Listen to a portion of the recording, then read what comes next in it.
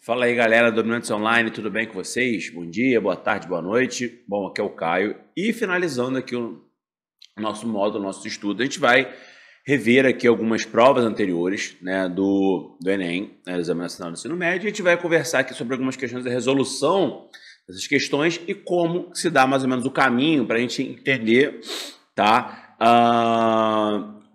Qual é mais ou menos que é a lógica e como que o Enem cobra a língua inglesa na prova dele, beleza? São 5 questões, tá? Geralmente vem ali logo no início da prova, tá? Então, para quem tem costume de fazer prova, primeiro, né, vai ali que é o primeiro dia, né, que faz linguagem, depois passa para humanas, então você faria logo no início ali, então é relativamente bem tranquilo, não temos grandes problemas. Agora é o tipo de prova que a gente não pode dar mole, não pode dar bobeira, tá? Porque são questões relativamente tranquilas, mas que vão exigir muito de você. Lembra que a gente viu a questão lá das técnicas de leitura, das reading techniques?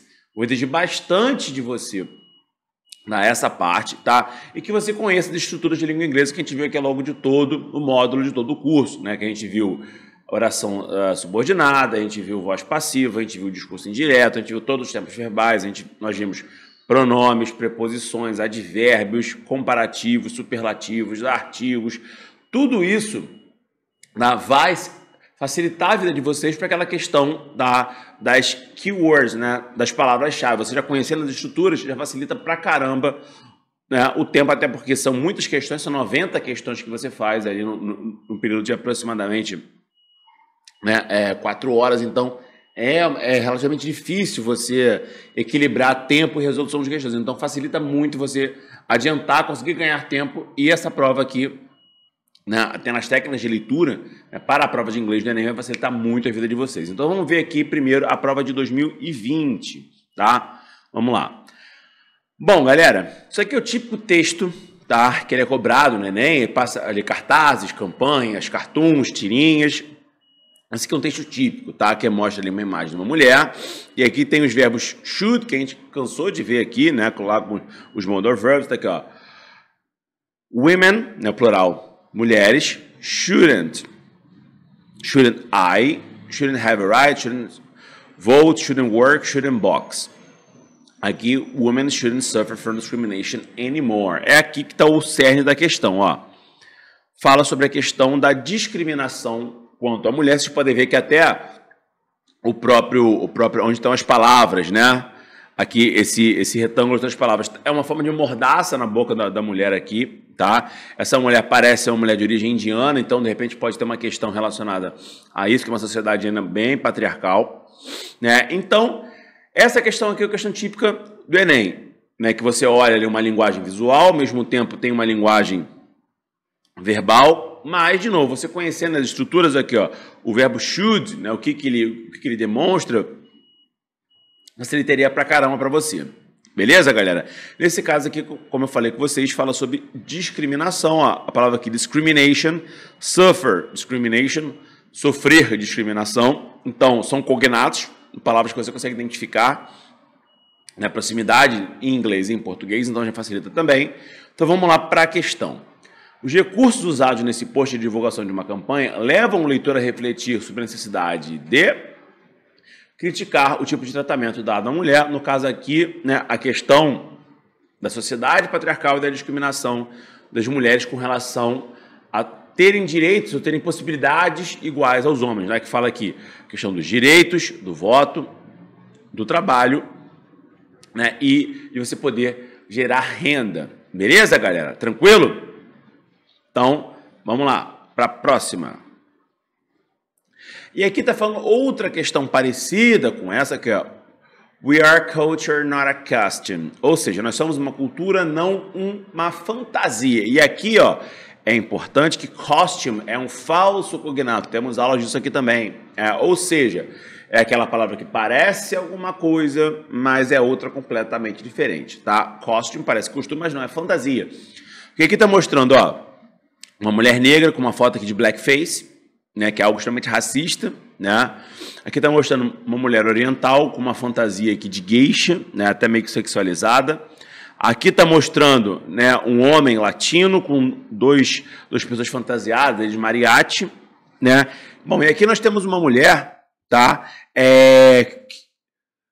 Que parece ser de ascendência, né, indígena estadunidense, né, indígena da América do Norte, né, com uma crítica também a essa relação, a questão da fantasia ali do indígena americano, aquela questão da parte do pele vermelha e tal. Então aqui nós temos 4 culturas presentes dentro dos Estados Unidos, né?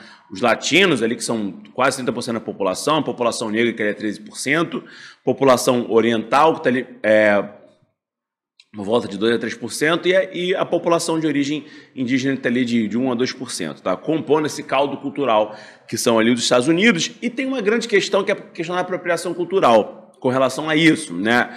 Já que você vestir fantasias, né, de uma determinada cultura, né, referência a um determinado povo, enfim, o que é legado àquele povo, seria uma questão de uma apropriação cultural, até de você ridicularizar aquele povo, já que, por exemplo, ninguém se veste de branco, por exemplo, estou fantasiado de branco. Não, as pessoas usam a questão fantasiada de negro, entre aspas, de oriental, de latino, mexicano, enfim, de afro-americano, tá? Então, essa questão da apropriação cultural, que também é um tema debatido bastante, tá, na prova de língua portuguesa, tá? A prova de inglês e português, elas têm temas parecidos, que essa questão social, essa questão cultural, relação entre língua e cultura, tá? São parecidos nesse aspecto, tá? Mas aqui, galera, o chave para entender isso aqui era o costume.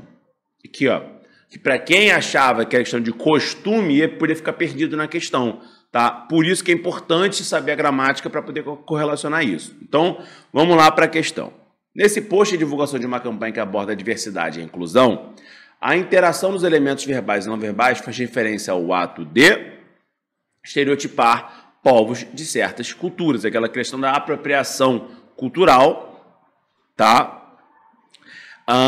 E aqui está uma frase aqui no meio da imagem que simboliza isso, ó. This is not who we are, and this is not okay. Ou seja, não é isso que nós somos e isso não é legal. Beleza, galera? Tranquilo? Vamos lá para a próxima. Aqui é um texto um pouco maior, então aqui você tem que interpretar o texto, e aqui não dá para fazer nenhuma técnica de leitura, né? Nem o skimming, nem o scanner, seria aqui para leitura uma leitura mais abrangente, uma leitura mais completa, né? A detailed reading, tá? O título fala A Mother in a Refugee Camp, ou seja, uma mãe em um campo de refugiados, beleza? E aqui eu não vou ler o texto junto de vocês, né? Porque a gente não é necessário, até porque vocês precisam ter essa questão de entender o que o texto está falando, mas aqui, já pelo título, a gente já consegue entender a ideia, né, subentendida aqui, né? Uma mãe em um campo de refugiado, eu acho que é bem literal o que ele quer dizer. Tá? Bom, vamos lá. O escritor nigeriano Chinua Achebe faz uma reflexão sobre a situação dos refugiados em um cenário pós-guerra civil em seu país, né? A guerra de Biafra, lá na Nigéria, né, que tem até a questão relativa, né, ao Pelé, né, que Pelé teria parado da guerra, é um pouco mito e tal, que foi uma guerra bem problemática, até hoje gera repercussões muito fortes, né, a questão do movimento do Boko Haram no norte da Nigéria, isso também é cobrado, né, nem com certa frequência, tá? Em um cenário pós-guerra civil em seu país.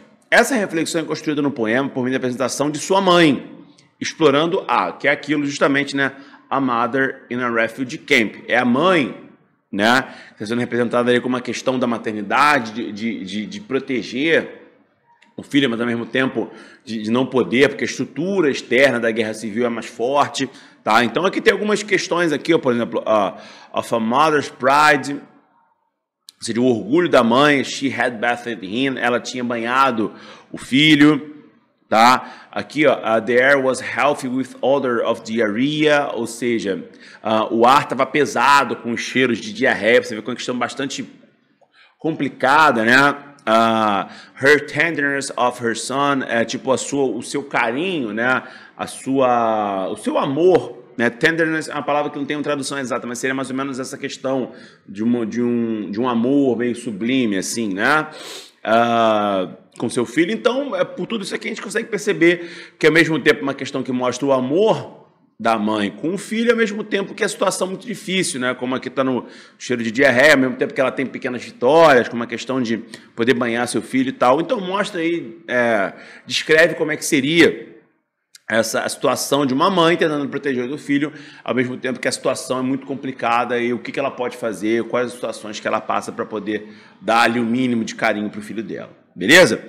Então, essa questão aqui, ó, voltando, essa reflexão é construída no poema por meio da representação de uma mãe, explorando impressões sensoriais experimentadas no ambiente, que é aquela questão, né, do carinho, aquela questão do cheiro, do odor, né, a questão de poder dar um banho no seu filho, de tocar, né, a pele dele, poder limpá-lo, tá? E assim por diante. Que fala também, né, a broken comb and combed, ou seja, um pente quebrado e penteado, né? Então fala aí sobre essas questões. Não é um texto exatamente muito complexo, ele é um pouquinho grande, mas tem ali palavras que te facilitam ali o entendimento, como por exemplo a diarrhea, o waters, né? Fala aqui, ó, no Madonna and child could touch, ou seja, nenhuma Madonna, nenhuma matriarca, né, fazendo a menção ali, ao mesmo tempo fazendo aqui um combinado, né, da própria cantora com aquela ideia da mãe, né, meio ali renascentista e tal, né. Então é um texto assim, não muito complexo, até porque o título dele já é bem literal no que ele quer falar, beleza? Mas você tinha que entender aqui qual o caminho que ele está indo, especialmente quando ele faz essa relação entre ambiente e a questão corporal da mãe com o filho, beleza? O que está claro aqui na resposta. Beleza, galera? Vamos lá para a próxima. A Minor Bird, né? Um texto que fala aqui sobre um pequeno pássaro, né? E aqui é um texto também de uma interpretação também não muito complexa, beleza? É um poema, né, do Robert Frost, né? Bom, meus queridos, esse texto aqui, né, ele fala de uma correlação entre a ideia do pássaro e a ideia do espírito, da libertação e tal, que é uma figura frequentemente exposta em muitos poemas e tal, que é a ideia do voo do pássaro com relação à liberdade, do desprendimento e tal. Aqui tem essa relação, né, de novo, né, como sendo o pássaro, sendo meio que o eu lírico do autor, né? Então, no poema de Robert Frost, as palavras fault e blame, né, falta, penalização e culpa, revelam por parte do eu lírico uma sensibilização com relação à natureza do pássaro. Ou seja, ele, né, vai fazer ali aqui uma correlação, tá, com essa questão do pássaro, do eu e da ideia da liberdade, como se, ao se compadecer, né, do pássaro, daqui, ó, I have wished, né, a bird would fly away, ou seja, eu desejei um pássaro que pudesse voar ao longe, and not sing by my house all day, ou seja, que não cantasse na minha casa o dia todo, né? E que ele faz uma alusão à ideia de você prender o pássaro para ele ficar cantando na tua casa, mas o pássaro não é isso, o pássaro deve ser solto, viver livre, voar, né? Mais ou menos aqui com uma questão do ser humano, que ele não deve ficar preso em um lugar, ele deve ser livre para exercer o que ele quer fazer e tal. Essa aqui é a grande alusão que se faz, né? Mas aqui, só para essa primeira frase, né? I have wished a bird would fly away, desejei um pássaro que voasse ao longe, né? And not sing by my house all day, ou seja, e não que cantasse na minha casa todo dia. Mas a palavra fault, penalização, e blame, culpa, acho que já fica bem fácil de seguir pelo caminho que ele fala ali da questão de se compadecer, sensibilizar com a natureza do pássaro, a natureza que é de liberdade. Certo? Beleza? Vamos aqui para a última questão, para a quinta questão. Galera, aqui também, tá, tem um poema bastante grande aqui, inclusive, tá? É um poema que fala aqui, um romance, na verdade, né, que fala sobre um diálogo que é bastante pesado, né? Tem um diálogo aqui inicialmente, depois tem uma descrição de como é que seria essa situação, né? Bom, e esse romance, de novo, de uma outra escritora nigeriana, a literatura nigeriana, ela é bastante utilizada, né? É bastante grande, né? O número de autores nigerianos ou de origem nigeriana que tem um reconhecimento internacional e tal. O romance da escritora nigeriana traz um diálogo entre duas mulheres negras, a cabeleireira Aisha e a cliente Ifemelo. O posicionamento da cliente, sustentado por posicionamento da cliente é sustentado por argumentos que... E que posicionamento é esse? Então, vamos aqui voltar para o diálogo. Finally, Aisha finished with her customer and asked what color Femelo wanted to her hair attachments. Ou seja, finalmente a Aisha acabou com o seu cliente e perguntou a qual cor a Femelo queria no que ela queria fazer no cabelo, né? Color 4, a cor 4, né? Not good color, Aisha said promptly. Não é uma cor boa, né? A Aisha respondeu. That's what I use. Essa é a que eu uso. It looks dirty. You don't want color 1. Ou seja, isso parece sujo, parece uma cor meio opaca. Você não quer a cor 1? Aí ela responde, né? Color 1 is too black. It looks fake. Ou seja, a cor 1 ela é muito preta, parece falso, né? Aí Femelo disse, loosening her hand wrap. Sometimes I use color 2, but color 4 is closest to my natural color, né? Ou seja, a Femelo diz, perdendo ali sua paciência, né? A sua head wrap seria tipo assim, o seu equilíbrio, sua paciência, né?